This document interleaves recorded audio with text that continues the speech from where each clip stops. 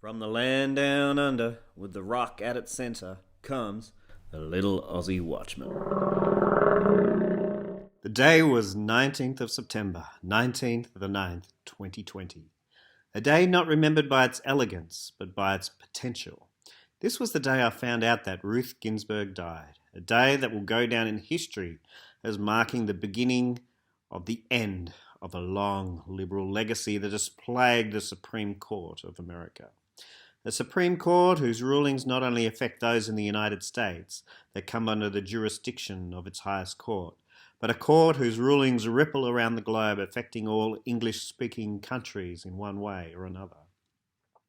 Today is the day that marks a new era, an era carved by the most unlikeliest hero, a brash businessman known by his hot-headedness and ego, an era that sees the re-establishment of constitutional law and the respect of life. An era not diminished by activism and progressive judicial decision-making, but the just application of principles that laid the foundation of Western civilization and found its fullness in the American legend of private ownership, of equal justice under the law, and of individual freedom and liberty. It is a day of ushering in a time of celebration, and that may pave the way for the striking down of the most heinous Supreme Court decision made in the modern era, the Roe v. Wade decision that opened the floodgates of hell onto Western civilization. It legalized abortion, the unjustified taking of a life from within the womb. This wide open gate has a key, and that key is found deep within the bowels of the Supreme Court.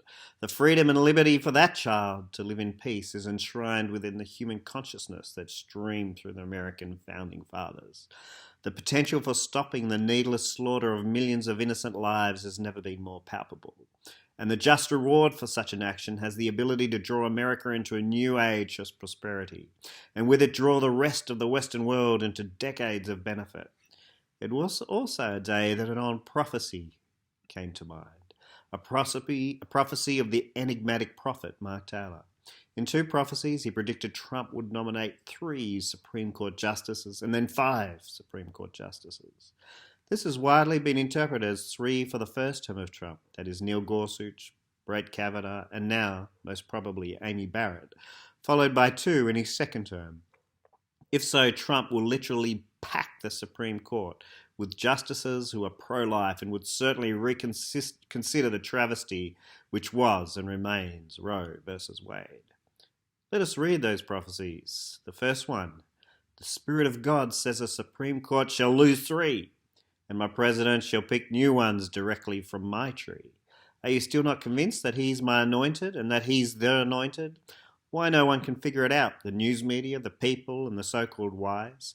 Why then is he attacked? Do his poll numbers rise?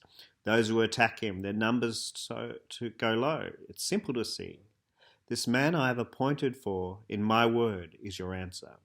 I said, do not touch my anointed.